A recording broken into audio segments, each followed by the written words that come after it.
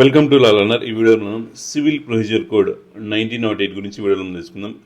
Sections 158 sections ఉంటాయి. Orders 51 orders ఉంటాయి. ఈ వీడియోలో మనం సెక్షన్ 1 to 8 గురించి వీడియోలో మనం తీసుకుందాం. Section 1 short title commencement and extent. ఈ సెక్షన్ కోడ్ పేరు సివిల్ ప్రొసీజర్ కోడ్ 1908 అని తెలుపుతుంది. ఇది 1908 నుండి అమలులోకి వచ్చింది మరియు భారతదేశం అంతటా వర్తిస్తుంది. కానీ కొన్ని ప్రాంతాలకు ప్రత్యేక మినహాయింపులు ఉన్నాయి. సెక్షన్ 2 ఈ సెక్షన్ చాలా ముఖ్యమైనది. ఇందులో decree, order, judgment, pleading, foreign court, suit వంటి ముఖ్యమైన పదాల అర్థాలు నిర్వచించబడ్డాయి. ఈ పరీక్షలో డెఫినేషన్ చాలా ముఖ్యం. Section 3 subordinate of courts.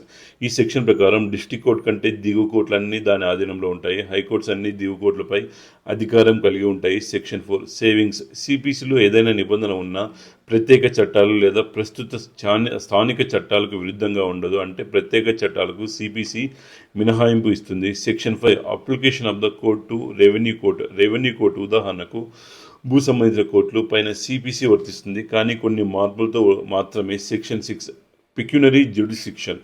ఇది డబ్బు విలువ ఆధారంగా కోర్టుల అధికారం నిర్ణయిస్తుంది. ఉదాహరణకు ఒక కేసు విలువ 1,00,000 లోపల ఉంటే ఒక కోర్టు చూసుకుంటుంది, కానీ విలువ ఎక్కువైతే ఉన్నత కోర్టు చూసుకుంటుంది. Section 7 provincial small cause courts. ఈ సెక్షన్ చిన్న క్లెయిమ్లు కేసులకు ప్రత్యేక కోర్టుల గురించి చెప్తుంది. ఈ చిన్నపాటి అప్పులు, డబ్బు వసూలు, చిన్న లావాదేవీలు వంటివి చూసుకుంటాయి. Section 8 presidency small cause courts. ఇవి ముఖ్యంగా ముంబై, చెన్నై, కోల్కతా వంటి ప్రెసిడెన్సీ పట్టణాల్లో ఏర్పాటు చేయబడ్డాయి. చిన్న క్లెయిమ్ కేసులో వీటిలో విచారణ అవుతాయి. ఈ వీడియో మీకు ఇన్ఫర్మేటివ్గా అనిపిస్తే please subscribe my channel. Thank you for watching video. జై హింద్.